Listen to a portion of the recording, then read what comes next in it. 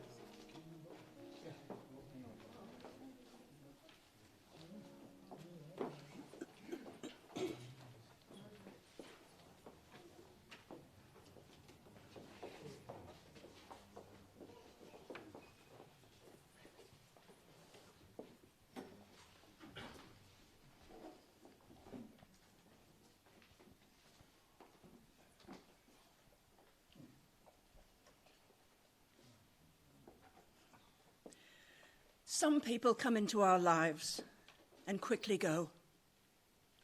Others stay for a while and leave footprints on our hearts, and we are never, ever the same.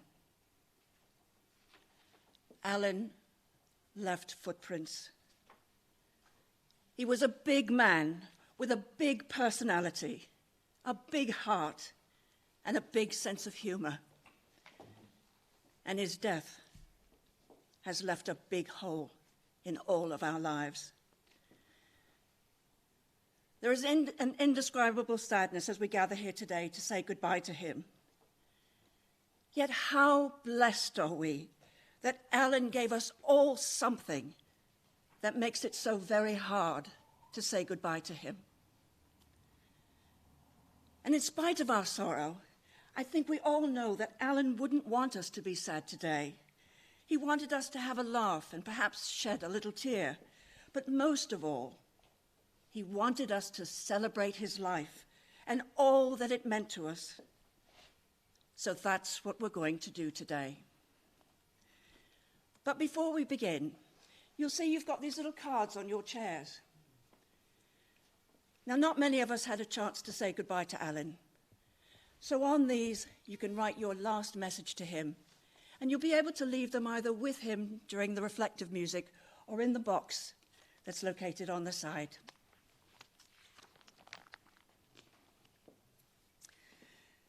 David Allen Emmott made his entrance into this world on the 19th of September, 1946. He never liked his first name, and although he never got around to changing it by deed poll as he wanted to, he became known to all of us as Alan. Oh, he was a clever and creative lad. And he actually wrote his first poem at the age of 10, showing a real flair for music, for words and humor. Mischievous was a pretty girl with hands and hair like new, but every time she did a twirl, she broke something in two. Alan had to read that poem out in front of his school, and as a result, he was bullied and teased for being such a soppy poem writer. It actually affected him badly, and wanting to fit in as we all do at that age, Alan hid his talent and stopped writing for almost 40 years. He was hit even harder when at the age of 14, his father died of cancer at the age of 38. And because accommodation went with his father's job at the bank, he and his mum lost their home too. And it affected Alan very deeply. But a year later, Alan would find joy again. Danny and Alan were childhood sweethearts. They met at school on an annual sports day, and Alan made Danny laugh right from the start. While showing off his sporting prowess, Alan split his trousers. And to cover up his modesty, Danny tied her cardigan around his middle, and the rest is history. Alan adored Danny. And he once wrote to his friend Merv, "I learnt that when you have a good un, you hang on to what you have and be grateful for the chance." Even more joy was to come into Alan's life when Dave was born, 22 years after they married, and later when he became a father-in-law to Amy and a granddad to his much-loved granddaughter Layla. And although Dave and his family are physically unable to be with us today, they are watching by video link, and Dave has recorded a heartfelt tribute to his dad.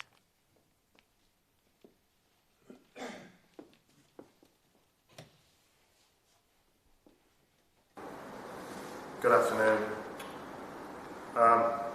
Thanks to everyone for coming. I apologise in advance for the accent. It's been a while I've lived over here now, and it's a bit of a Yorkshire hybrid one.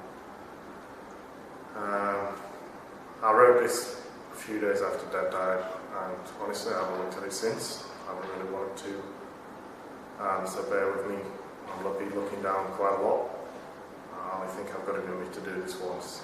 It's more about the words I wrote anyway than me. So here goes. What do you say at times like these when you've lost your best mate?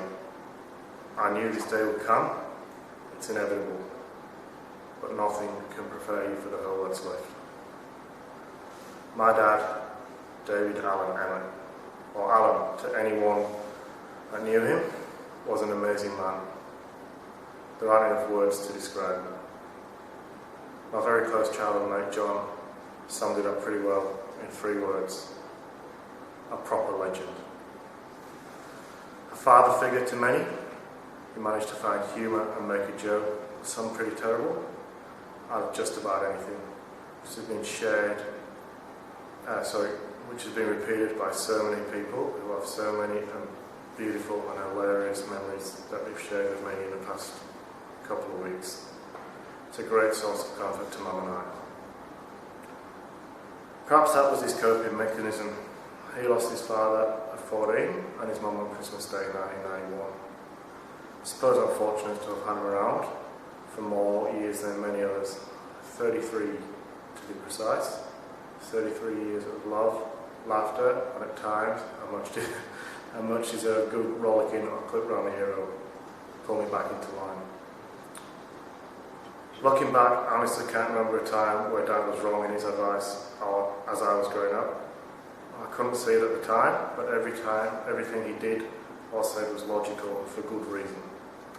Even now I often think to myself, what would Dad do? It breaks my heart that I can't ask him in person anymore. I also can't remember a time where he put himself first. He was always wanting to help others out in any way he could. I don't think anyone could deny that Dad loved his food. He battled with his weight for decades, and that was a constant cause of annoyance to both Mum and I. But looking back, maybe he needed all that food. He gave so much out, and rarely ever asked for anything in return.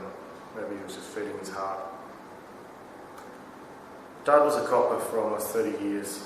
It's a career that I was always destined to follow into. He tried to discourage me from it, saying, it isn't what it used to be. What is nowadays? Once the blue's in your blood, it's a calling, and you just can't ignore it. He still worried and questioned me about it every single time we spoke.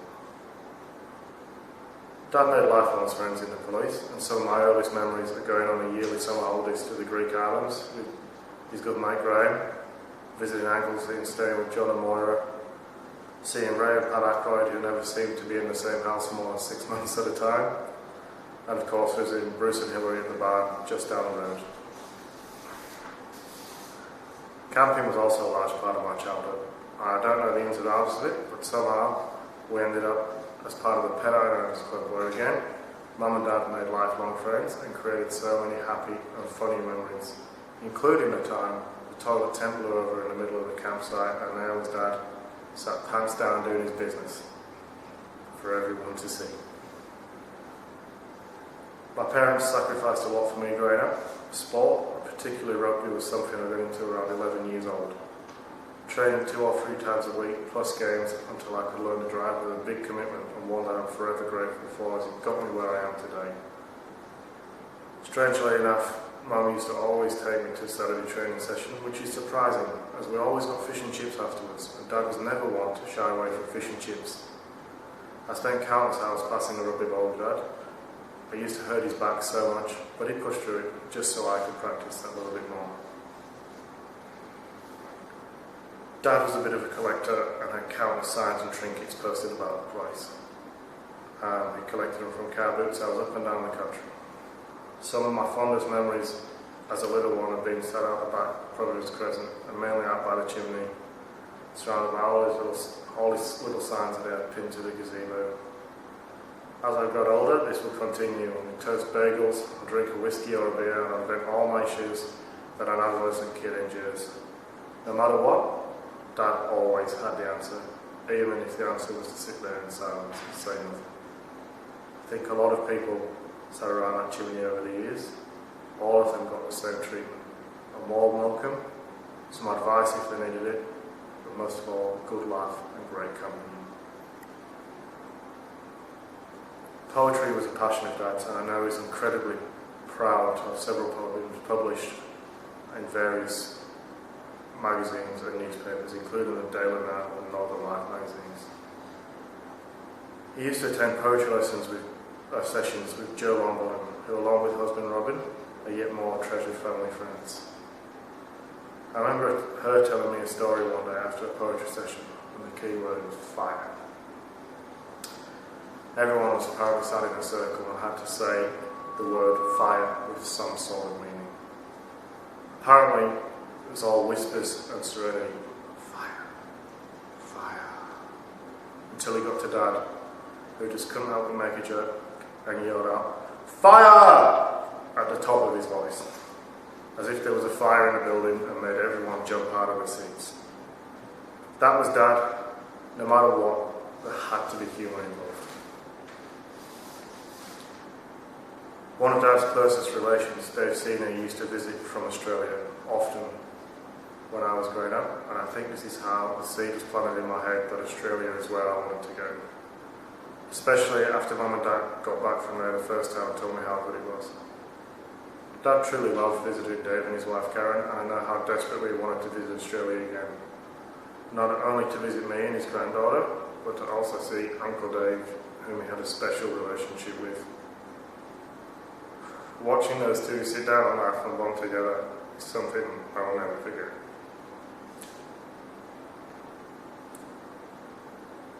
I could write pages and pages of stories about Dad, about the car boot sales and any excuse for a bacon sandwich, or his gravy-coloured ties, or over where to lunch or dinner to cover up the inevitable spillage.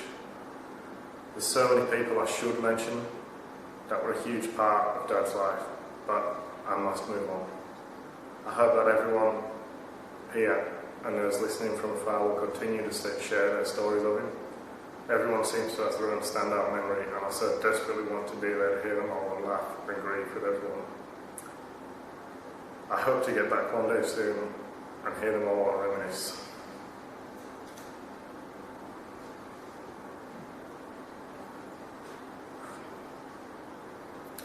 I think one of Dad's proudest achievements was becoming a grandfather. I know our regular video chats and posts to the family album did wonders for him when he was down there, especially through the health problems he had in the last few months. Every time we saw Layla on video, he had a little sparkle in his eye. She rejuvenated him, I think. It makes me incredibly happy that he was browsing the family album, looking at Layla one last time, just hours before he died. Even though he never got to meet her in person, she very much knows who he is and will grow up listening to many wonderful stories about him and what a great man he was.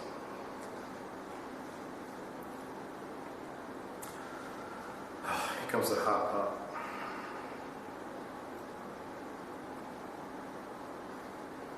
Throughout Dad's life, from the age of around 14, I think, there was one constant. His dearest wife, Danny, my mum, who has been with him through thick and thin. She was his rock. There's no way that Dad could have done so much for so many without having Mum by his side. She kept him going even when he felt like giving up.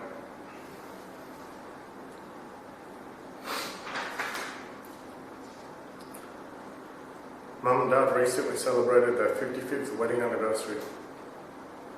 They renewed the vows twice over the years, a true companionship that's so rare to see in this day and age. The smile on Dad's face in their picture just a week before he died says it all.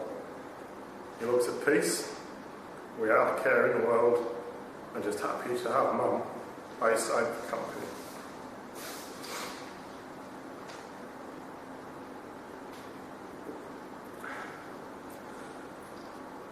Dad didn't have so much in life. He didn't need it because he always had Mum. Mum, you've been so strong through all of this, stronger than I ever could have been. Even from afar, you kept me going with your positive attitude and strong mindset. It's just what Dad would have wanted.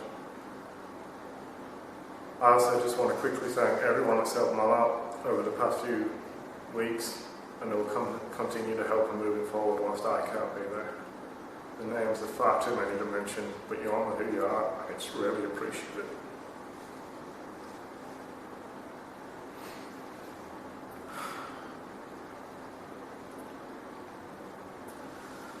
In the final few days of Dad's life, I think he knew what was coming, but he seemed to be at ease with it. He sent me his star sign from the 19th of October, 2 days before he passed, and stated it had been like it was wrote for him. I'll repeat it to you now. The road ahead might be long, it might be cobbled or cracked, but it does unambiguously take us from point A to point B, and, as you've previously discovered, that couldn't be said of the previous path you were following. To pursue the one you follow now, you need you need to value common sense, as well as faith, hope, and optimism. The hard part is already behind you. You've made your break and reset your course. With your ruler now in full motion, as you'll soon see, your timing couldn't be better. Fish and chips, Dad's favourite food. One of his last requests was fish and chips. When the nurse asked if he wanted anything, his last go at humour, or maybe he was just sick of the hospital food. Brave until the end. He told Mum not to drag herself into hospital that day. He knew she wouldn't have the mindset to get home again safely. Even as he lay there in his final few hours, he was still putting other people first. Still taking care of Mum.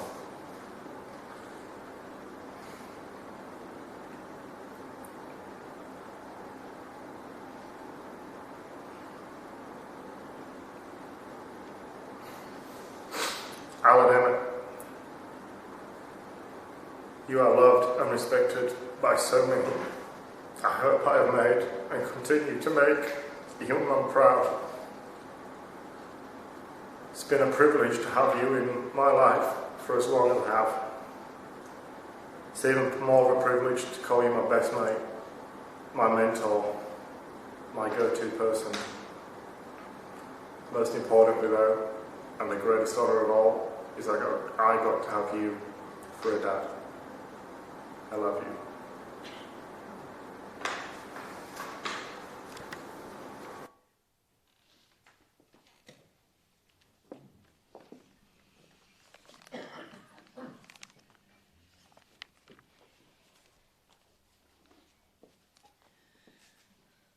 After nearly 40 years of not writing, Alan put pen to paper once again after Dave was born and wrote a poem called A New Dimension. And rediscovering the joy of writing, Alan was hooked once again. Writing under the name Emmott, Alan was a prolific writer and crafted hundreds and hundreds of poems, all deeply expressive of what he felt about the subject. And his poetry was widely published. The poem he wrote for Dave was published in the book Shared Lives by Anchor Press, and Precious Time was published in the book Straight from the Heart by United Press. Alan's poetry also featured in the Daily Mail newspaper, Northern Life, and numerous other magazines. And in 2002, he submitted 2 poems to the Airedale Writers' Circle. One was highly commended, and the other won. Alan said he was absolutely over the moon, and he said, "Nobody bullied me then." Alan meticulously filed his poems in lever arch files, binders, and folders to breaking point. He self-published several booklets that he gave to anyone who liked reading poetry, and he bound several collections, many of which some of you have never seen before, and they're here today for you to have a look at, particularly the one called Oh Bloody Hell.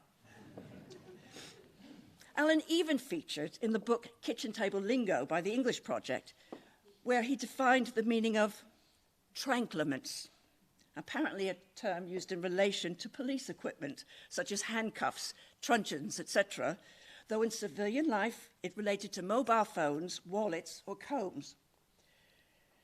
But one thing that meant a great deal to Alan was that his poetry was presented to university students by his friend Klaus, who taught advanced English in Germany.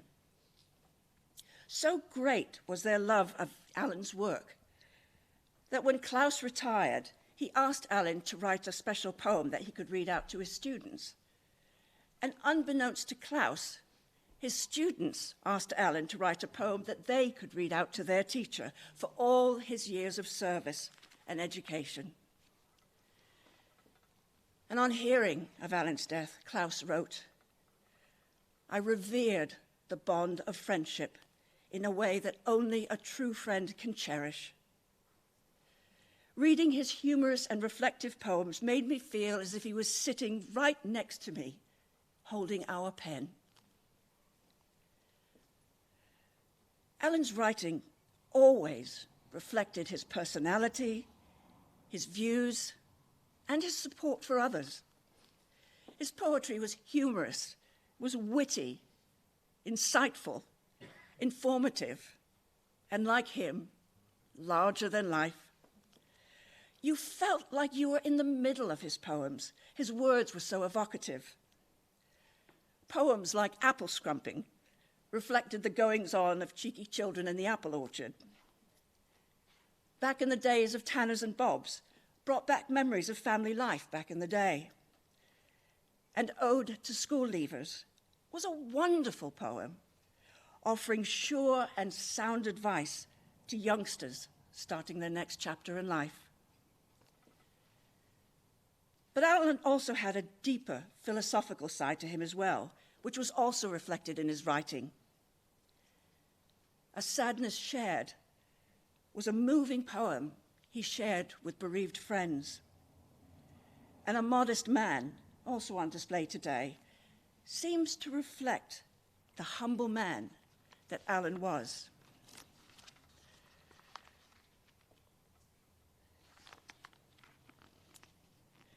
And his frank and straight-from-the-shoulder poem and article about his experience and worry of living with prostate cancer was both published in the Northern Life magazine, giving hope to others of a cure.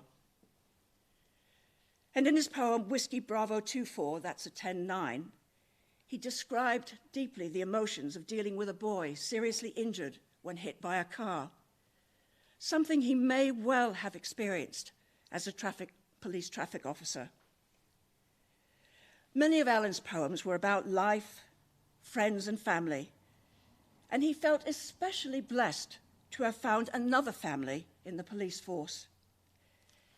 Here to talk about their 50-year friendship with Alan is his former colleague and friend, Bruce Grannon.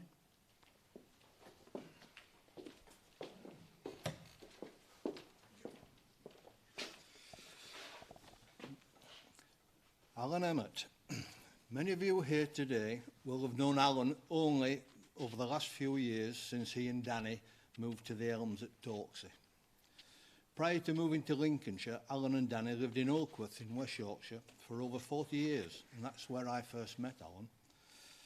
Alan and I were both police officers in what was then the West Riding Constabulary. Alan was born in Colne, Lancashire in 1946 and joined the West Riding Constabulary as a police cadet on leaving school aged 16 years. At the age of 19, he became a fully fledged police constable and was posted to Home Firth. You may remember that name as being the scenario of the last of the summer wine country. Alan then moved to Tonmorden and in 1966 married his childhood sweetheart Danny and was posted to Keighley. In 1972, Alan fulfilled his dream and joined the Road Traffic Division and moved to Skipton. From there, he moved to Wakefield before returning to Keighley in 1978. And then Alan continued to work in the Road Traffic Department in Keighley, Bradford, before ending his career in force control at Wakefield. My first memory of Alan is from the canteen at Keighley Police Station. Alan has always been a larger-than-life character, both in stature and personality. Alan was sitting in the canteen with his good friend and work colleague Ray Ackroyd, and they were both tucking into a huge plate of fish and chips, mushy peas and a massive tea cake. Right. Alan had told me earlier that he was on a diet and was trying to lose weight. I mentioned to Alan about his diet and he said he was still on it. But he was having his lunch and that proved it because he normally had a double portion of fish and chips. That was Alan. And Alan and I became good friends over the years. Now, not a lot of people know this, but Alan and his family and mine are related, but not through marriage. In the late 1970s, Alan and Danny had a beautiful pedigree male Labrador dog, and Hilary and I had a gorgeous female black Labrador, and they got together and produced a beautiful litter of puppies, and we were very proud grandparents. Alan and I were both members of the social club in Oakworth and spent many happy hours playing cards, dominoes, and taking part in pub quizzes, and we always held our own. Well, we did if we could actually drag Alan away from the one-armed bandit at the time to take part in it, but that's another story. Now, Alan loved to drive. You could also see he wasn't a very good passenger. And together with two other friends, Graham, who's here today, and Chris, we regularly used to go on day trips all over the north of England, and Alan always drove. Now, you couldn't get four more diverse characters than we were, but the magic part was even if we hadn't seen each other for months, we just picked up where we left off, laughing and joking, enjoying each other's country. We were what you would call our own version of Last of the Summer Wine. And you may all guess which character Alan was like. Now, Alan was always 100% focused on what he was doing. He didn't do anything half-heartedly. Whatever he was doing, it was always done correctly. Alan had many hobbies and pastimes, from collecting model cars, woodworking, and regular visits to car boot sales. And he always managed to come away with some obscure items which caught his eye, which he would then hid in his hut until he got round to telling Danny that he'd got them. Alan spent a lot of his time in his garden at Oakworth creating grottos and ponds with running water, ornate structures, and displaying all sorts of obscure items randomly collected from our day trips out. One of the memorable ones was a wind chime made from numerous old forks and spoons. And when asked why he'd only use forks and spoons, Alan's answer, delivered with great wit and timing, was, "Danny wouldn't let me use knives." Now, I still have many items that Alan made over the years. He could turn his hand to make anything. He regularly made various items which he used to raise money for charities.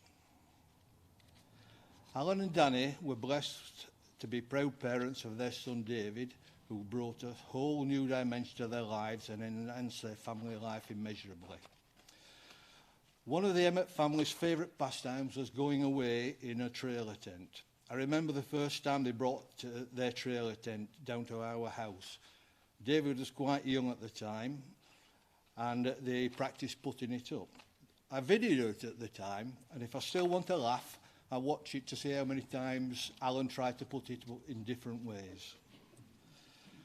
Alan always had a passion and a talent for writing words and wrote some very good poems. A measure of his success was the fact that several of his poems were published in national newspapers and magazines. I have so many loving memories of Alan. He was a loyal friend with a warm heart who preferred to see the good in people rather than the bad. He played a big part in my life and that of my family.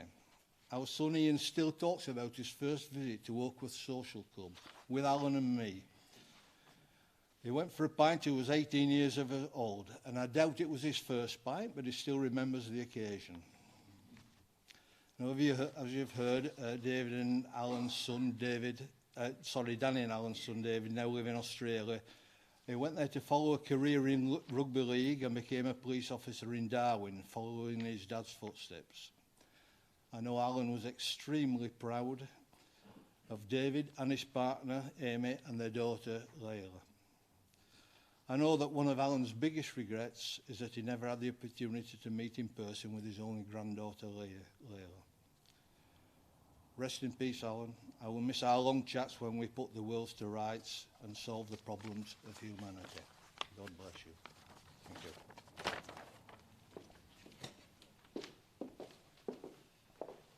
Thank you, Bruce.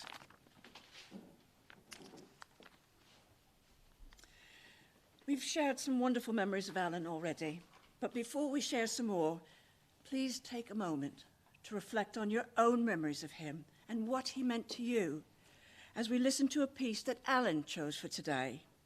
That's What Life is All About by Bing Crosby. And feel free to bring your message cards up at this time.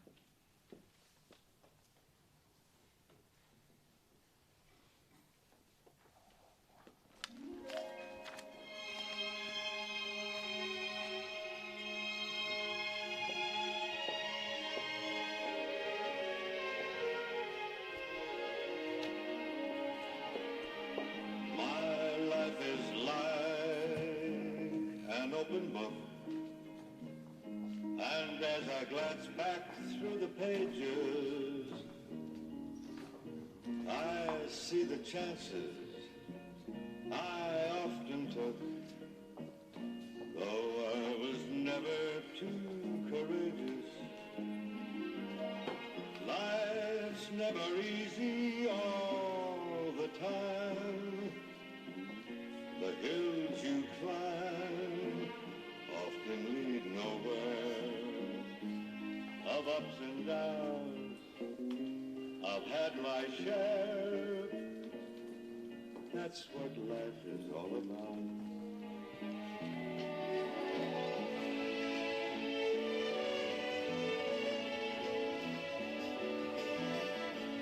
I've known success, some mild acclaim, and thinking of it gives me pleasure.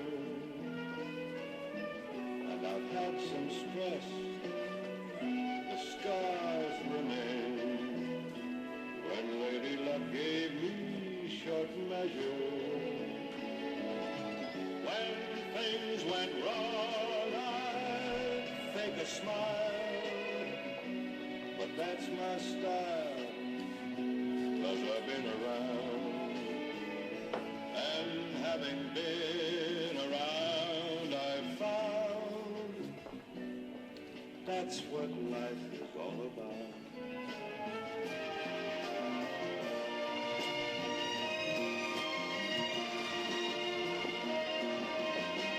It's been a joy I can't deny, though some may think I took things lightly. But man and boy, I looked on high and never failed to thank him nightly. When I look back, I can't forget the friends I've met and the things they've done. I thank them all. It's been great fun.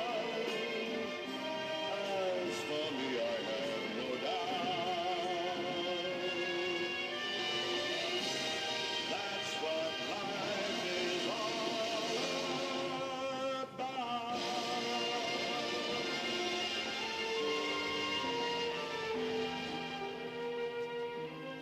That's what life is all about.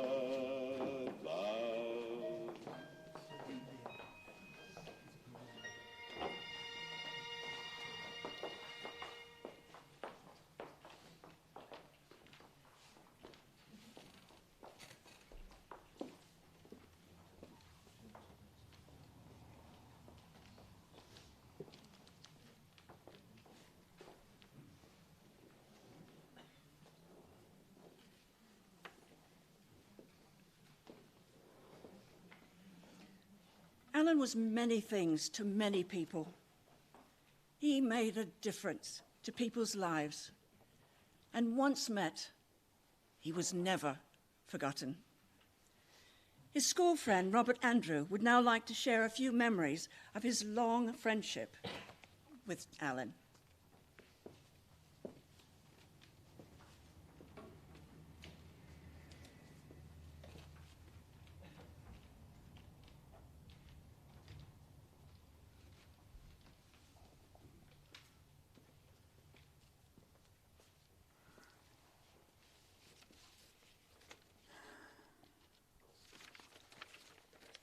The Emmotts came to visit us many, many times and discovered there's a place called Emmott Land. Unbeknownst to me, I made a copy of this a few days after he died, before Danny told us he had died. Alan, Danny and I were at Primmet School together, which is in Colne, Lancashire. Danny and I were in infant and junior school together. Alan and I met in secondary school. Beg your pardon. Even at that time, we had a sense of humour. We were all preparing for our GCEs, but unfortunately my father had to move for his job. So we were separated for 44 years. That was the last time I saw them until Easter, April the 17th, 1995. We met again because of my wife's coffee mug. It was whilst we were at a camping site in Spalding, Lincolnshire. We had different models of the same make of Pennine folding campers. It was the beginning of another long and interesting friendship for we four adults. When we met, both Alan and I were retired. Our lady wives were still working to keep us in the lifestyle which we loved to have. Over the years, we have met at many club meetings. Also, we have visited and stayed at each other's homes. I'm sorry, I digressed a bit. Let's go back to 1995. Pat had gone to the coffee morning on the last day of the holiday at Spalding. It was there that Alan saw that Pat and he had the same design and colour of mugs. Alan, being Alan, said, that's a good choice of mug." Because, as I said, he too had the same design and colour of coffee mug. When she met me, my wife said I'd stay behind to do some packing in the trailer tent. And she said, "You went to school in Colne, didn't you?" Suddenly, Alan and Danny were there. And everything blossomed from there on. This was also the first time we met a little boy named David. Well, he isn't so small nowadays, is he? So, of course, Alan and I had to go to the pub for one or two catch-up pints. And the rest, as they say, is history.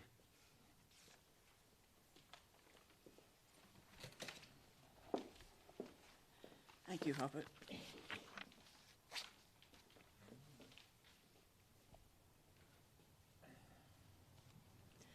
Alan was a true gentleman.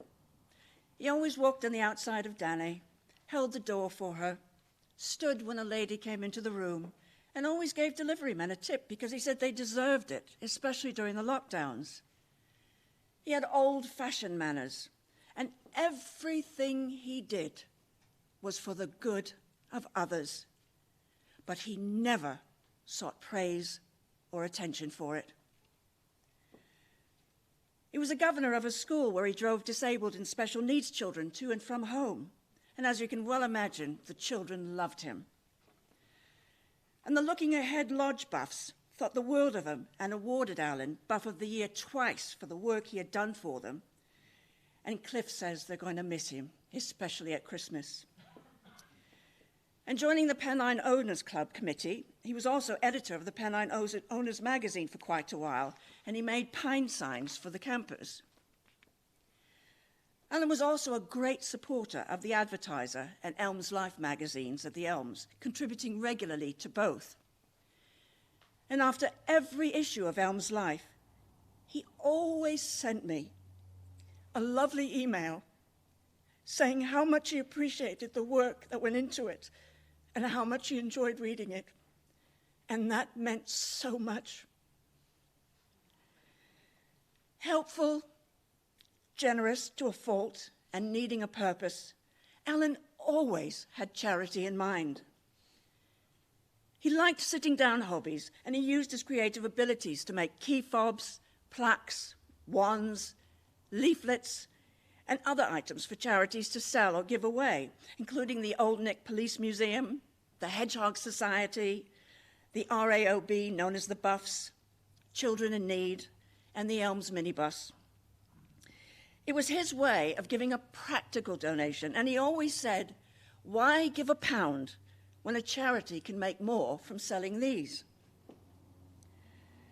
And then there was Time, Gentlemen, Please, whose purpose was, Alan said, to get together for a laugh, put the world to rights, and to raise money for charity. And Clive Wheel takes up the story from here.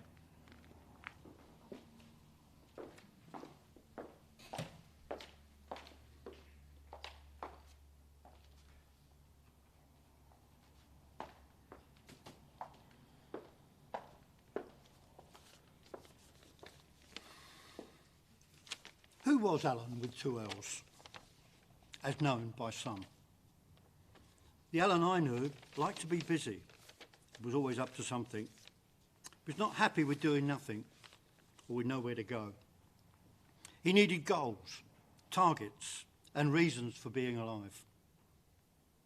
He was a man of strong opinions, but did not have a habit of throwing his toys out of the pram. Difficult because he didn't have a pram. A man that had a way with words. He wrote poetry, short stories, and some humorous odes, and he did it well. Alan loved his shed.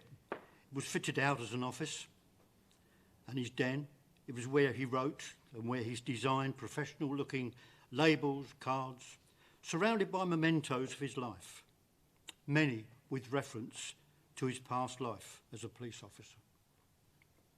Just over a year ago, Alan and a number of other gents, known as Time, Gentlemen, Please, it's a group that raised in the last 12 months more than £1,000, which was given to local charities. In the last year, the group has, forgive me, I'm stumbling. The last charity that we did was for dementia, and it was something that Alan was very much involved in. We managed to raise a total of £1,000. And on the 3rd of November, Terry, who can't make it today, had the pleasure of presenting a cheque for £1,000 to two retired nurses that run the dementia charity. A big man physically and mentally, Alan filled the space, his presence, and delighted all with his raconteur skills. He will be missed, Alan with two L's. Thank you.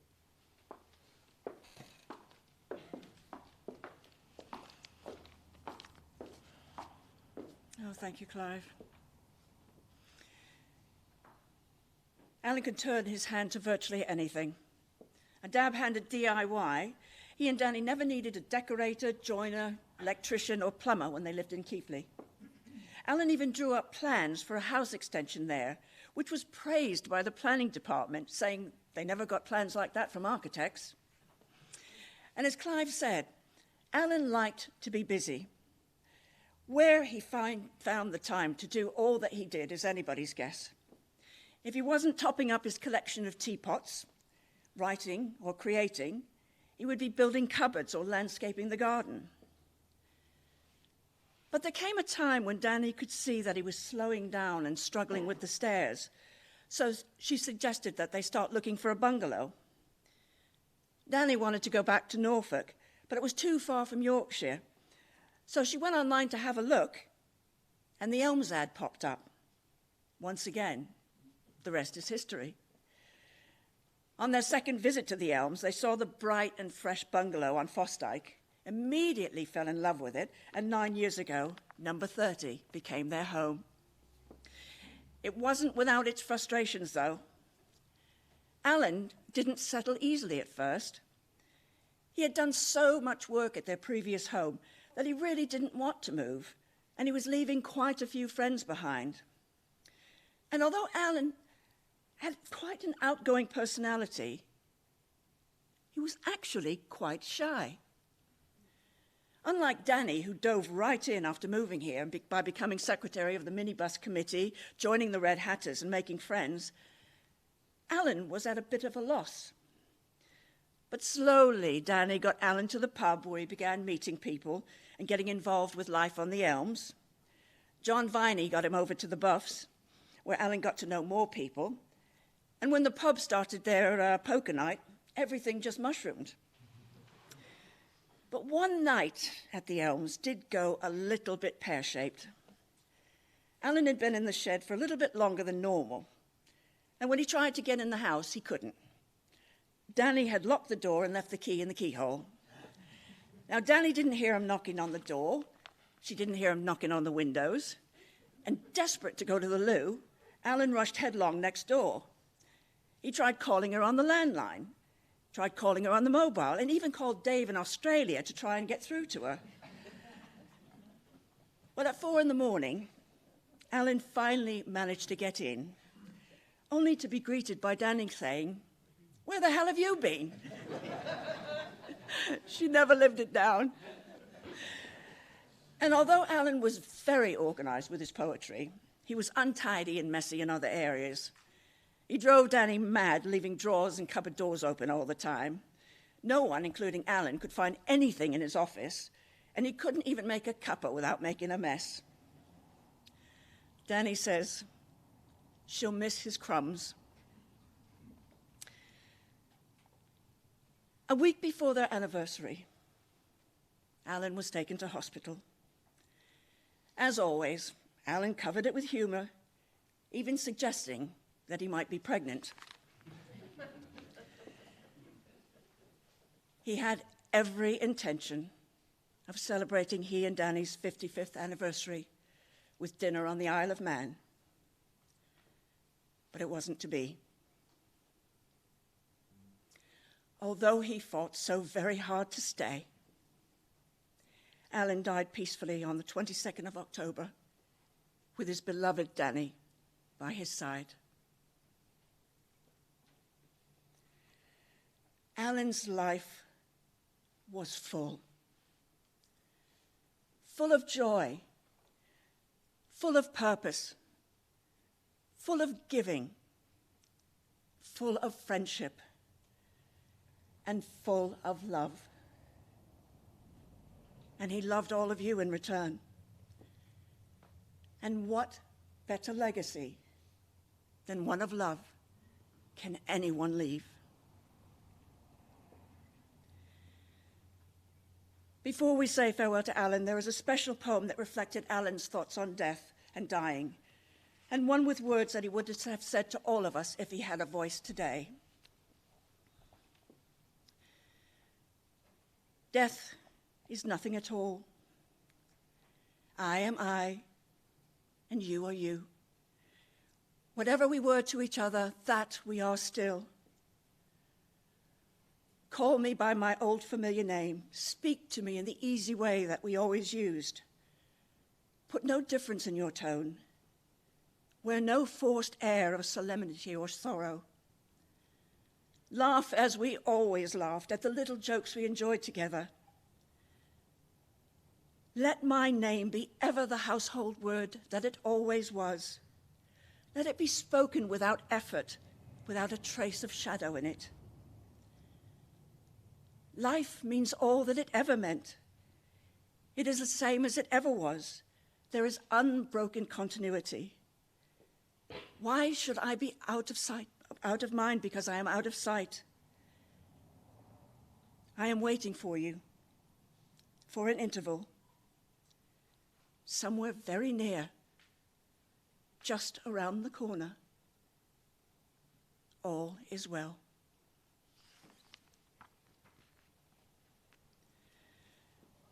At the heart of everything that matters is love.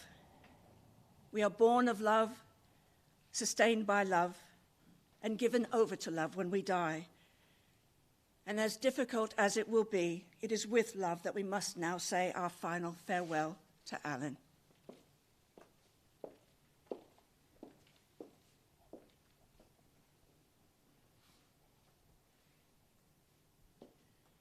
Alan, it's one of those times where we have to do something that we don't really want to do, and that is to say goodbye to you. You have touched so many lives with your big personality and your big heart, and we want to thank you. Thank you for the richness of your life and for the magic that you wove into ours. Thank you for all you have done for so many people. Thank you for showing us the importance of life and taking every day as it comes, enjoying every single moment. Thank you for every part, every moment that you were part of our lives and for making us all feel so very special with your sense of humor, your laughter, the memories, and your life.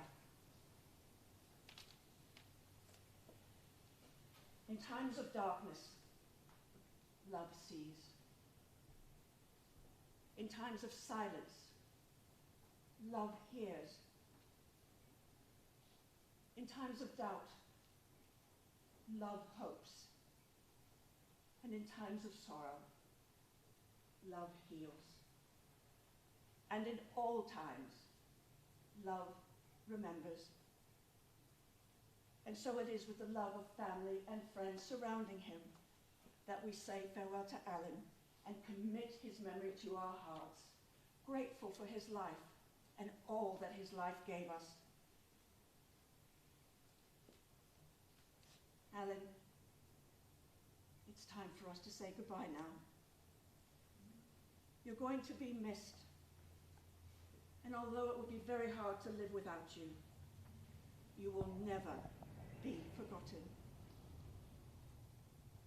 Sleep peacefully, Alan, until we meet again.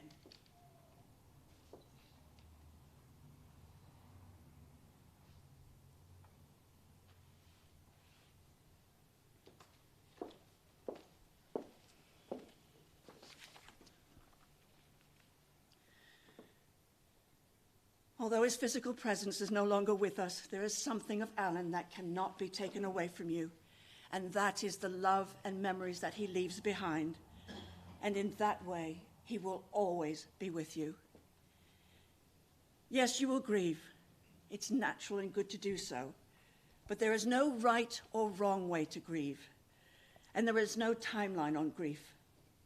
The important thing is to take each day one at a time, to grieve in your own way. Remembering the poignant words of this poem that Danny has chosen as a reminder to all of us that Alan's passing is not an ending.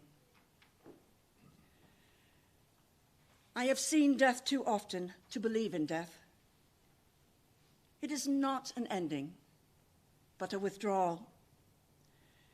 As one who finishes a long journey stills the motor, turns off the lights, steps from the car, and walks up the path to the home that awaits him. As you go forward from today, do so with the intention of living your life to the full. Have fun, love fiercely, hug often, laugh out loud and dance as if no one's watching. Make the most of every moment, and let the words of this prayer guide you with the love, kindness, and joy that Alan brought to all those who had the privilege of knowing him. Let us rise each morning and strive each day to do only that which brings happiness and joy to others, and avoid doing things that causes pain and hurt. And let us above all love one another, not to obtain rewards for ourselves or to avoid punishment, but rather always to bring each other peace and contentment. And so it is. Amen. On behalf of Danny, thank you all for being here today. You're warmly invited to join her for refreshments following the service, and if you'd like to make a donation to the British Heart Foundation or the Cancer Research UK in memory of Alan, you can do so in the donation box at the back of the hall. Now, to finish the ceremony, I would like to invite you all to stand in a moment and join in a round of applause for this special and unique man as we listen to a final song chosen by Alan, and very much Alan, Murphy and the Bricks.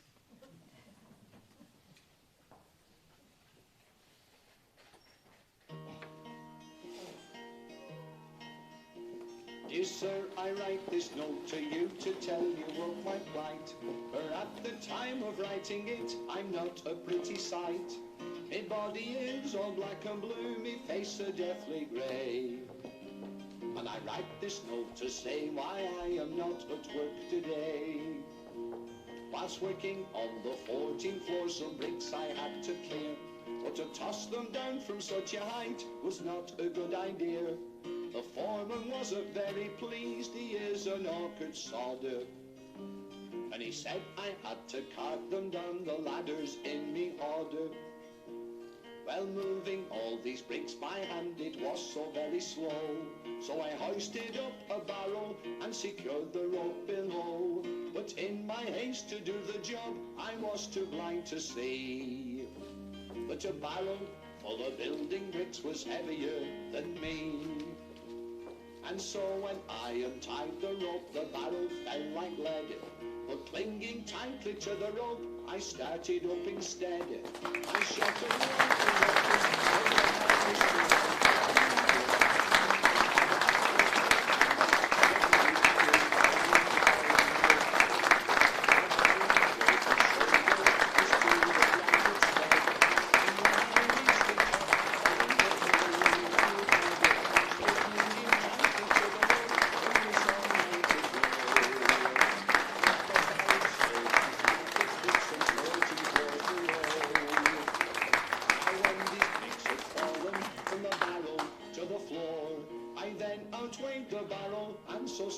down once more, still clinging tightly to the rope, me body racked with pain. And halfway down I met the bloody barrel once again. The force of this collision halfway down the office block caused multiple abrasions and a nasty case of shock. Still clinging tightly to the rope, I fell towards the ground and landed on the broken bricks the barrel had scattered round. I lay there groaning on the ground, I thought I passed the worst, and the barrel hit the pulley wheel and then the bottom burst. A shower of bricks rained down on me, I didn't have a hope. As I lay there bleeding on the ground, I let go of the bloody rope. The barrel now being heavier, it started down once more and landed right across me as I lay there on the floor. It broke 3 ribs in my left arm and I can only say, I hope you'll understand why I am not at work today.